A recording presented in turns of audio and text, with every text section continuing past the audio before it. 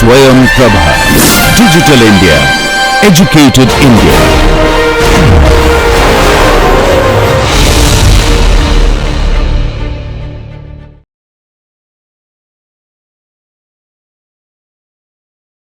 So today we will do the next Excel exercise, and I was mentioning I'll show you some other things like the how clustering works, how inventory problem can be tackled. Okay, so first 1 hour we will spend on that, and then we will start with you.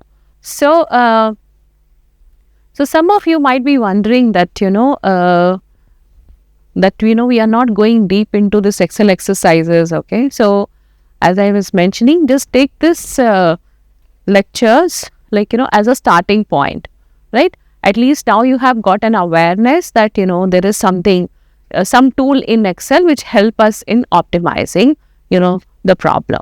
Okay, and I would say that do this course with open mind. It's not that probably today you might not be able to relate it, but in future you never know, you might be involved in some of these activities. Okay, so now can you recall what kind of exercises we have been doing when it comes to optimize location allocation problem? If you remember, the first problem which we solved, first problem was solved in a network, given nodes, we want to pick few nodes which can be treated as either healthcare facilities or healthcare clinics, okay, given nodes, right, in such a way that all other nodes or all other communities should be within approachable distance, right? However, the next problem we did that we want to pick those P facilities, it can be 2, 3, whatever we want, okay, but then the other facilities should be assigned in such a way that every facility should be assigned to only one healthcare facility. Okay, so how we can allocate the facilities to be healthcare nodes or facilities so that all other facilities can be connected, but only they should be connected to one facility. Okay, so this is what we do. And then we also did one problem where we are saying that there are instances where we have to allocate one resource to one activity only. Okay, so it happens, right? Suppose we have pool of nurses are proficient in 2 or 3 things, but probably they are more proficient in one kind of skill. So how to allocate this nurse would be allocated to this department, either we want to say that it is the best skill fit, maximize the skill fit. Okay, as I have told you, it's not necessarily that the objective functions should be cost minimization or profit maximization. So these problems we have done. Now we will move to the next scenario where we are bound to decide that if we have some facilities 1, 2, 3, there are 3 potential locations. Okay, so probably these are the hubs, right, where we want to store the vaccines. Okay, now from these facilities, how we can allocate to the nodes in the circle. Okay, so generally we say in optimizations these are the depots, and we need to allocate, we need to assign which node will be assigned to this one. Okay, now this point is little bit different. Okay, so here this earlier the same node points were the potential points to locate facility. Okay, now you see this is a different problem. Okay, what is this problem? Now a new problem has occurred, new pandemic has occurred, and we want to locate hub. Okay, and we all know this, there is a cost involved in setting up warehouses, setting up distribution centers and hubs. Okay. So, and this cost is different, right? This cost is different in every state. It is different in city. Within city also you will find, the property cost or, real estate. This is different. Okay.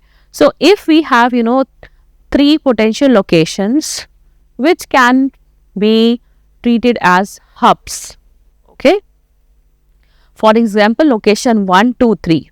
If they can be treated as hubs, okay, how to assign the other, maybe hospitals, maybe communities, like, to this. So, which facility to assign to this location, right? When, even setting up the location also incur cost.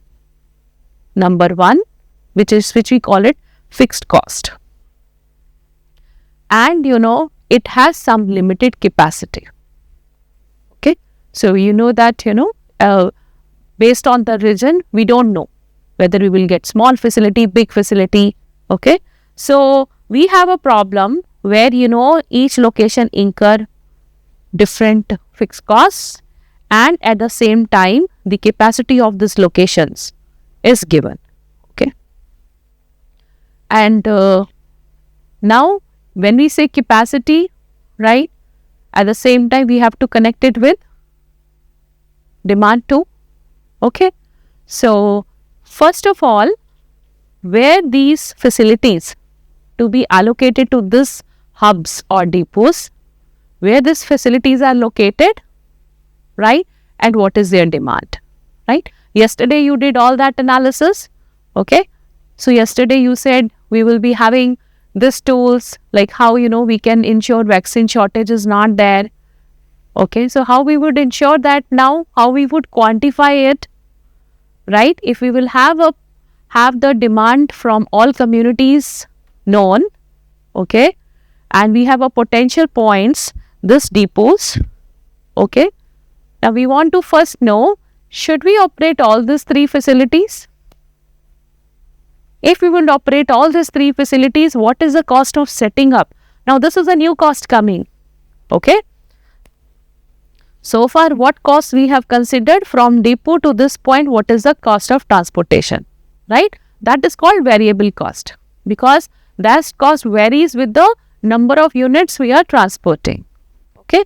But, the fixed cost is how much? We know cost is involved in just opening the facility. Okay. So, and at the same time, another new thing which we are introducing in this problem is capacity and demand. Isn't it a real picture? Okay. So, this depots or hubs, they can actually contain some restricted number of, units only. If this is the supply constraint, right, at the same time, the capacity should be sufficient in all these 3 facilities to meet the demand of all the nodes, right? All the patient nodes, hospital nodes, whatever is there. Okay.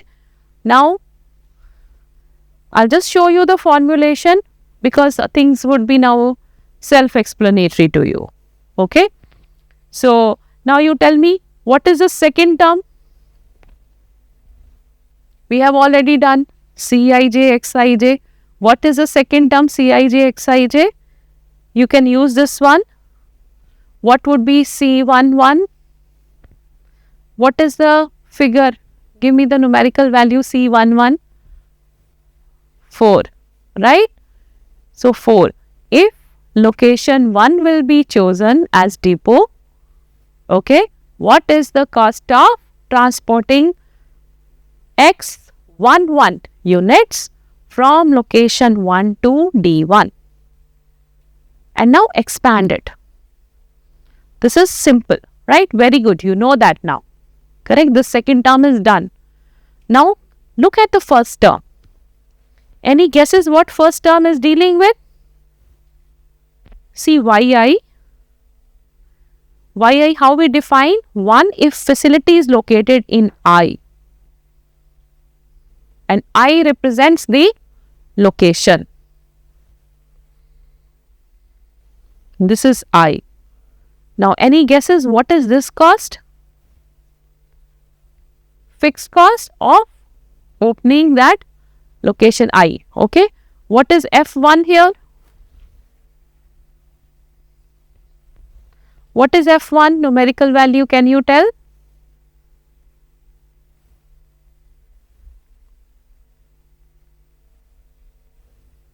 Eh? 2,50,000. Do you all agree? Read the statement.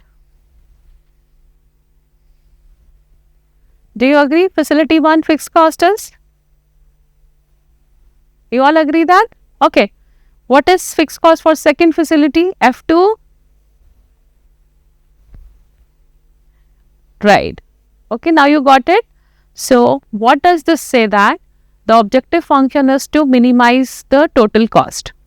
And what is the total cost? If location 1 will be chosen, if y1 will be 1, then the fixed cost of locating this facility into 1 will be the fixed cost, and then the cost of transporting from this facility to all other facilities, 6 nodes, right? The cost of transportation, this is fixed cost. Okay. So, this will be, and similarly for second facility F2, if it will be open, third facility if that will be open, right? We will take all cases here. Let model decide, right? Which will be open, which will not be open based on the cost. Again, this constraint is telling what? What this constraint is telling? If we want to say that we want to open only 2 facilities, okay, then P will be 2. If we want to locate only 1 facility, P is equal to 1, right? That gives us this flexibility. Now, what is the another constraint? Next constraint. What is this one?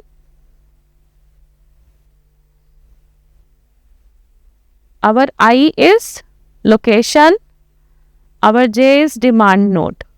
Okay, for all I, 1, 1, 1, 2, right, 1, 3, whatever this location 1, I, J is equal to 1, 2, 3, 4 up to 8. Whatever this location 1 can supply to all the nodes, and if this y1 is open, okay, so whatever it can supply to all other nodes have to be lesser than equal to its capacity. Okay, if that location cannot serve beyond the capacity. And what is the capacity of first facility? Yes, that side, what is the capacity here? Do you see? What is the capacity? Yeah. So, this is y1 if it will be open, and k1 is the capacity. Okay. So, this is the capacity of second facility. Is it okay? Right. So, now we have done this one, and what other new constraint will happen? What else we should ensure? We have satisfied the capacity, but at the same time, what is another important thing? How about these nodes? Demand should also be satisfied, correct? So, whatever possibility of vaccines or drugs can come from all these locations to this point, it should satisfy the demand. So, what it means? X, I, J. So, I can be 1, 2, 3. Okay. So, now we will do for all I's. For all J's, sorry. Okay. So, J is your demand points. For all J's, so this should be sufficiently supplied that the demand at all J points be met. Okay. right? And then this is our value. Xij has to be greater than or equal to 0. Now you see here the quantity, like even if it is not a integer, it is fine. Okay, so because we can have some half cartons, half load this thing also, but at the same time because if we will be dealing with the number of units, mostly these problems take care of automatically, they will give the value in integers. Okay, fine. So now will you be able to solve this in Excel? Okay, try it out. Not now, because we will walk through some other problems also. Okay, so but have you understood the importance of this modeling? Okay, generally what we do, we just see this thing like summation and all, we just get scared. What is this complex thing? But you see that we have seen the application, and we have defined each and every term and utility of each and every term. Now if you will expand, what it's written, try to expand the formulation based on data given. Substitute I is equal to 1, j, 1. First define what is I, locations. What is j, my node points. Okay. Now expand 1, 1. Just follow the summation sign, expand it, right? I'm telling you, you will really enjoy then doing this exercise. Okay, because you will be able to connect with that. Yes. Okay. Or if you want real life case, you take real life case, right? My hospital is located here. I'm sure even hospitals will have further many subsidiaries. Okay, take real life example and say my I is this location and my j are this nodes. Okay, so one is Salem, one is Chennai, another is A Road. So how we can plan? Okay, and then you will find that it's very interesting, and you can solve it with solver in Excel. Okay, right? So actually to solve it, there are standard algorithms which are little complex, and we need 6 months relevant, 6 months worth of course to understand all that. But thanks to Excel, they have given the solver to solve this problem in few seconds. Okay, so next problem also, okay, very similar to this. You are not supposed to submit it, but for your information, okay. So far we have considered if these are the 3 location and this. What if we will take one more level upwards in supply chain? If we have to allocate the manufacturer first to distributor and then distributor to the customers. So then we will be having 2 layers. Very similar, right? One layer for manufacturer, for distributor, and then the transportation cost. Only thing will be here will be the conservation. This is the conservation constraint. That means, what do we mean by conservation? Whatever units will go in this distribution center, those many units will come out of this unit exercise. That's it. Same concept we will extend in the whole network. Okay. Now you understand how decisions are taken, where to locate facility, okay, and how to allocate other node points, even if it is hub and spoke, where hubs should be located, what are the spoke points attached to which hub. So those things are quantitatively solved using such models. Any question?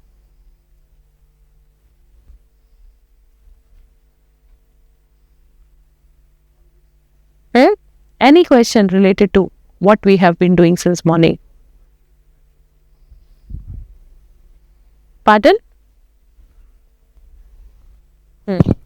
I need This is 3 rows, right, and 8 columns. So 3 by 8 matrix. after taking the capacity.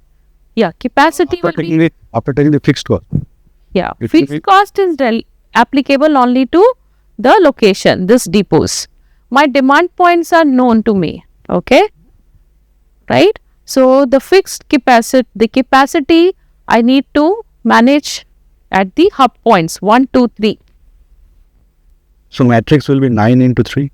For capacity, is it And there will be 2 matrix. which 2 matrix? Means The location and this one. This two. This is the distance matrix. This is the distance matrix.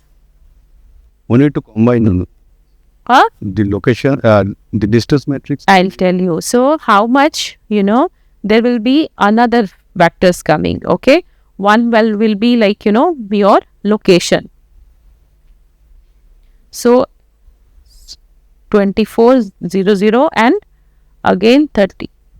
So it will be a matrix 3 into 3 rows, 1 column. This is your capacity matrix, where your I is equal to 3 and J is equal to 1. Yeah. Okay. Similarly, capacity is there. Even fixed cost will be like, this. Only 3 terms.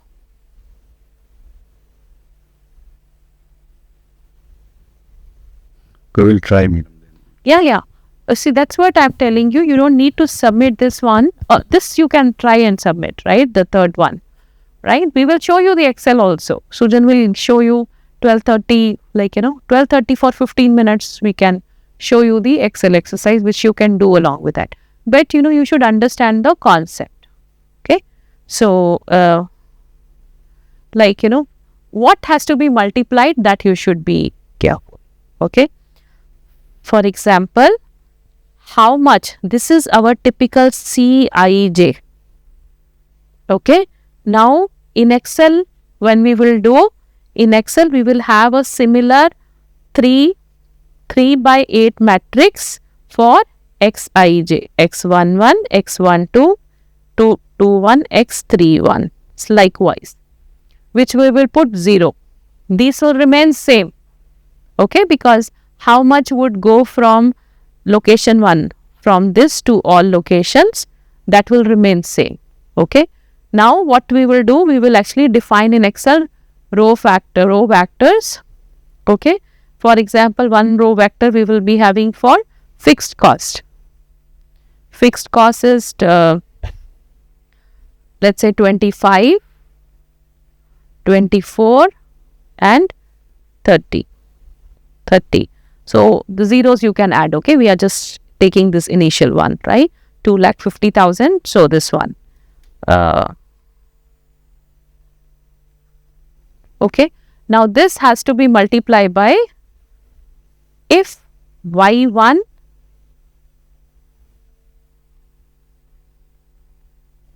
this multiply by this multiply by this multiply by this. Okay. Now this we should want to, this is a fixed cost, first component, this one. And what is this? This can take value 0, 1, this can take value 0, 1, or this can take 0, 1. Okay. So now in your Excel file, this will remain same like you have been doing that. Okay. In addition to that, because now we have 2 terms, I am talking about this one. Okay. So we will add now in Excel this 2 more elements.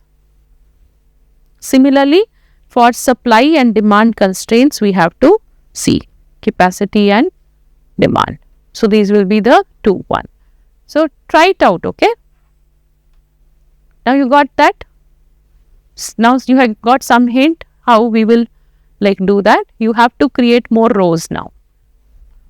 One for capacity, and then you have to have more constraints about the demand. We have to meet the demand of each node. Okay.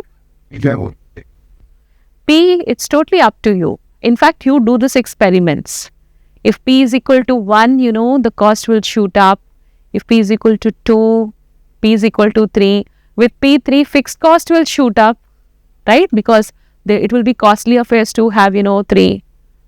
Okay. But transportation cost will come down. Okay. So you can actually play around that. Any other question?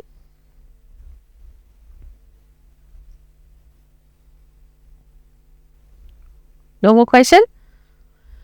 So we can move to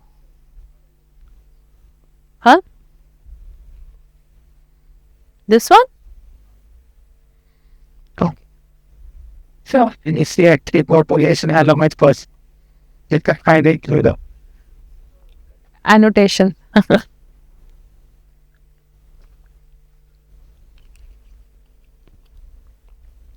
Now we will show the inventory.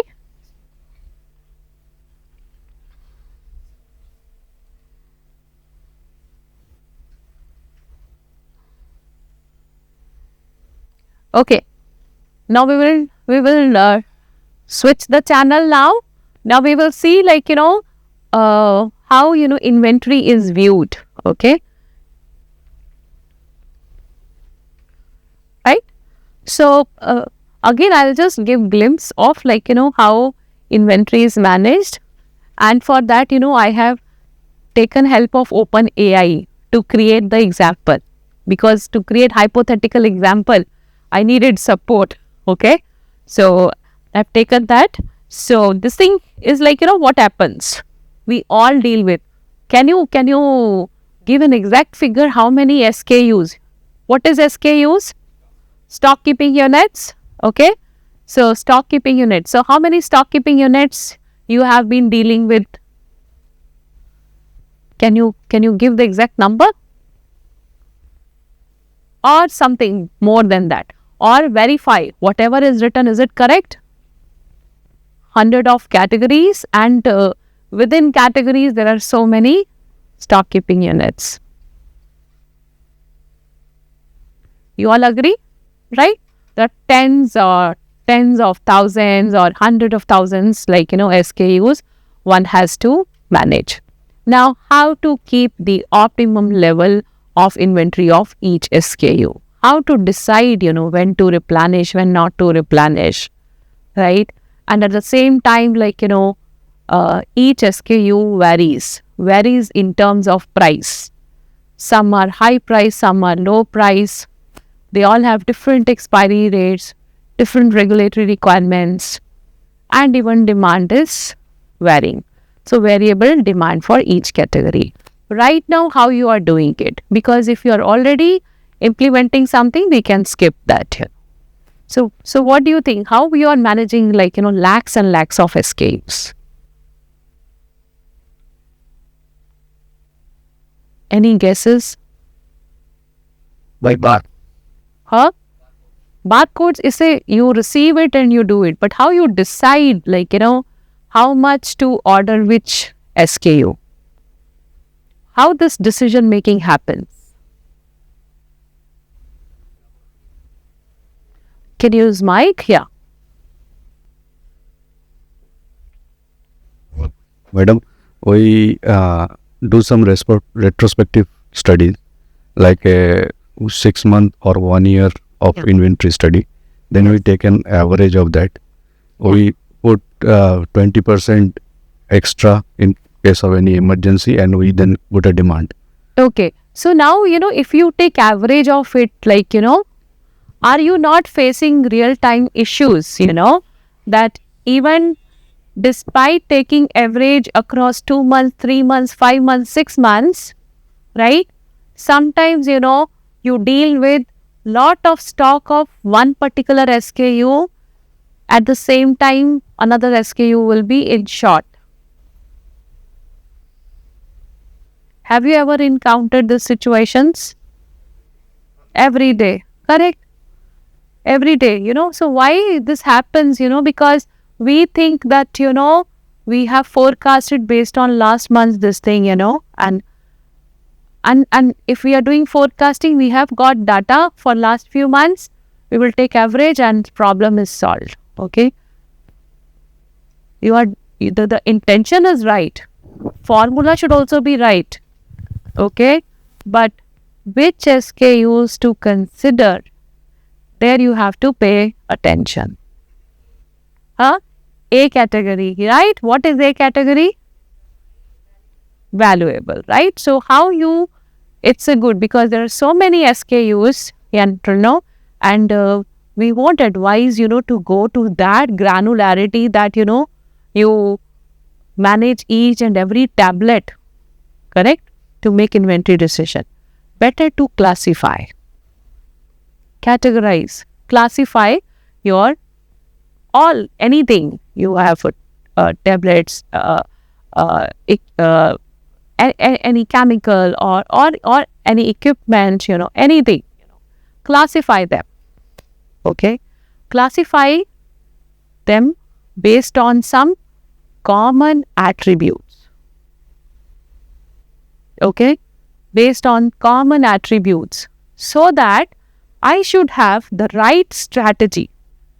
If my type of products would exhibit attribute 1, 2, 3 similar, I will follow this strategy. For example, if some tablets, correct, very strong, if it is a local hospital, okay, there the very strong respiratory related problems are not that frequent. Okay, do we need to store those medicines? Okay, if it is a normal clinic where they cannot address and entertain a patient with heart trouble, should we keep too much stock of all those items, right? It's those kind of decisions. Okay, now A is very good. ABC classification. ABC classification is done whether which SKUs are valuable, which is mid-level value, which is less level value. Okay, that would also solve problem to some extent. Okay, so what if my high value item, I would classify it as A, but I'm not using it frequently. What does this mean? I have bought a high valuable item, I've stocked it. Because this is A category, very important, because high value, I will stock it. But if I cannot use it, the whole money which you have invested, it would be just dumped as a stock. So what other criteria I should have followed? FSN. What is FSN? Slow moving. So why you are not telling before? So we should know, because we have so many things to do. We will move to next topic. Okay. So fast moving, slow. Okay. So this is how you should categorize. So we have thousands of stock keeping unit. This is an example.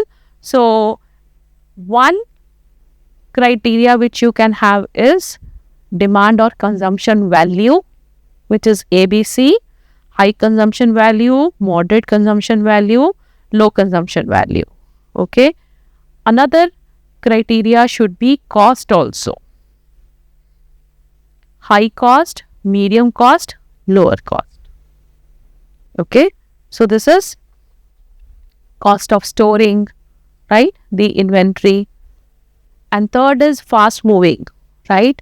So fast moving has to be replenished frequently, slow moving less often, and non-moving, it's just incurring holding cost, is incurring space, So here, so what we should do, okay? So if we will be able to classify like this, okay? This is for example, if this is the items which we are dealing with, right? What is their unit cost? What is the annual usage? What is the annual usage value? Are you doing this analysis? Okay, to manage inventory. How many of you have been implementing it, and have seen that? You have learnt in the course, right? Inventory, very good, right? But so anyone has experienced it, practiced it. Do you practice the same? Right. Okay. So this will help you to, now what is inventory turnover? Yeah. So what is the average stock? How quickly that stock is moving versus the average inventory you are keeping. Okay. So now if you will be having this 3, see how based on these values, how I can classify the items like, value wise. If it is high value, it needs strict control and monitoring because this is high investment risk. So you take first high value item and next is check, whether the same item is fast moving or slow moving. High value, fast moving, then you have to replenish that category more frequently. Okay. Likewise, slow moving, non-moving, you should replenish like, after longer gap than the fast moving. Right. So high cost items need tighter financial control and approval process. Okay. So these things like, will help you. You can further do that. Okay. So which item in ABC classification where it falls, in fast moving where in the cost wise where it falls. Okay. Keeping all these 3 criteria in mind, you can plan for, what is the, how you can order, how you can control inventory. Okay. So it is not one size fit all. Okay. This we have to see, the pattern. Okay. You have to do forecasting, but do it category wise, do it SKU wise, right? First, like, classify. Now, when you have lakhs and lakhs of SKUs, how you are going to classify? You just need to collect this data and this data is available. Now, this data you can collect barcode from the barcode. The moment consignment comes, you don't need to even enter the data. All these things will automatically be generated. Correct? Now, what we should do? Okay, this is just a small number of units, only 8 items. Okay, how you can do that, right? So, we have learned new AI ML things. Okay, now can we command our AI tools club together similar items? Do clustering. Okay, the feature is fast moving goods. Right? The feature is high value. Can you club high value, fast moving? Give 2 attributes. Make clusters. Are you getting that? So once you have clusters, or you can also use classification. Okay. My strategy, you from the data itself can advance ML techniques, learn from the past. Okay. So this product, if is high value, fast moving, should be ordered every month. Okay. Now, if you will apply classification things, now if new tablet has come, how frequently it is required, the classification tool will give you, okay, if this is the nature and attributes of, this equipment, you should order every month. This intelligent decision should be given by your AI tools. That's what we were discussing, right? Yesterday we have discussed the role of AI. Now we are trying to execute it. How we can make use of it. Okay. You can use Excel. You can manually find out. Even in Excel, you can use many functions. Values more than that. Use if formula. If value is more than this, classify H. Let all classify H, Then you use, your filters. Combine all H. Okay. Now see full value. What is the total value of A category, fast moving, okay? And then make your decisions, okay? Okay, now for this, data is with you, okay? And more or less, you will be able to see the patterns in that and you will be able to decide when to order or how to order. Now, what happens like, when, there is uncertainty involved, right? Why you want to keep safety stock? We have all discussed buffer, safety stock in first lectures, okay? Why we need safety stock? Yeah, demand is increasing suddenly. Yes, what? Sudden outbreaks, okay? Yeah. lead time is like, so see, there are two things. One is variable demand, but we know, okay, we know that this is happening, this festivals are coming. Yesterday somebody said, right, festivals are coming, or weather is changing. This is something like, we can still predict and adjust our order, right? But safety stock is mostly kept, for the uncertainty. Okay. So one good way of capturing uncertainty is the lead time demand uncertainty. Okay. How it is happen. Okay. Don't worry if you don't understand it. Okay. So, but try to understand the concept of safety inventory. So this is my pattern, that I always order, let's say, Q units of particular category of SKU. Okay. So when we say uncertain, we say that, the pattern of consumption is not straight. So the first type of analysis which we have done, we know that, pattern is consumption is like this or consumption is like that. Its a rate is constant. Okay. But now you see that if we are dealing with some kind of SKUs where the consumption or demand is really uncertain. Okay. And you know that what is reorder point? You know that this is the point I should place an order, because from this point it will take L number of days lead time to receive the units. Okay. Now you have placed an order. Now within this lead time, again if some uncertainty happen, what if my demand would go like that and I would incur stock out? Or if my demand would be like that, I will still have units. Okay. So if that is the case, okay, these are the SKUs, these are the categories which needs to be addressed by something called safety stock.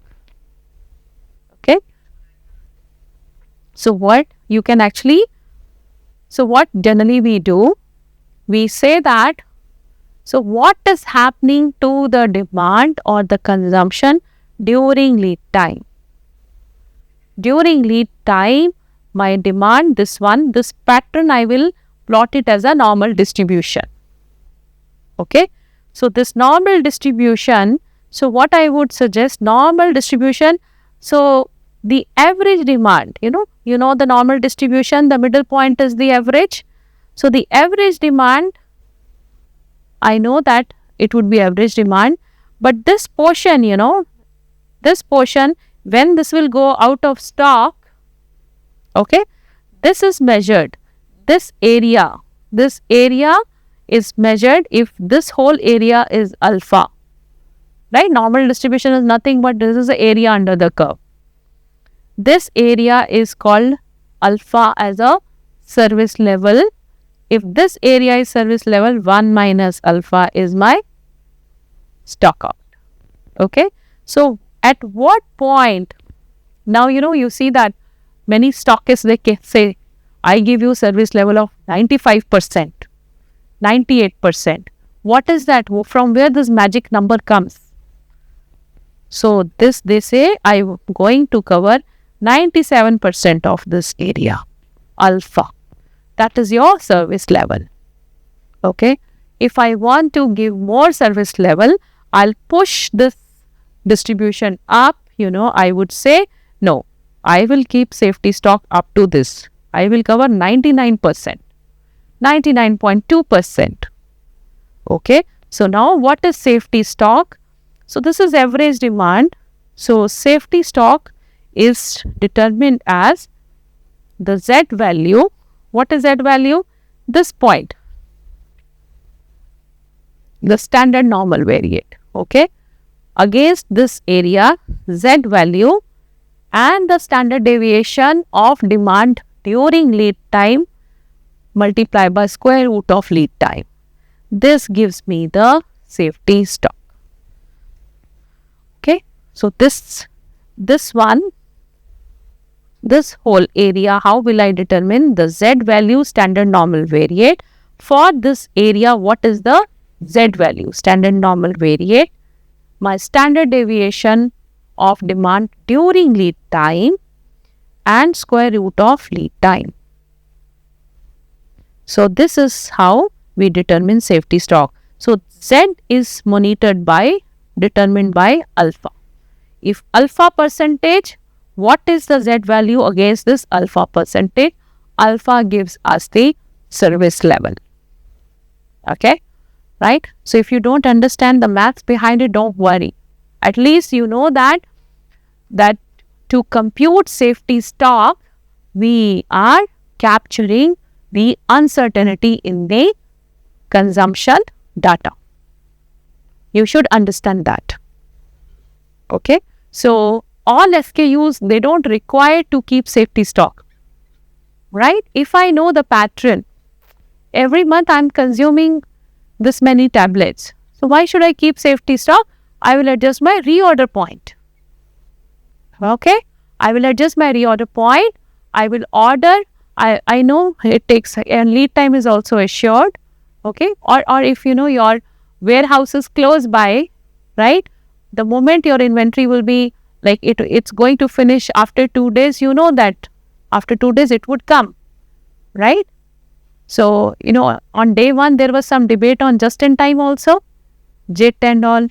Okay, so that's where we have to understand there can be some categories where JIT can still be applied just in time, but some categories, you know, where the demand uncertainty is there, we cannot apply.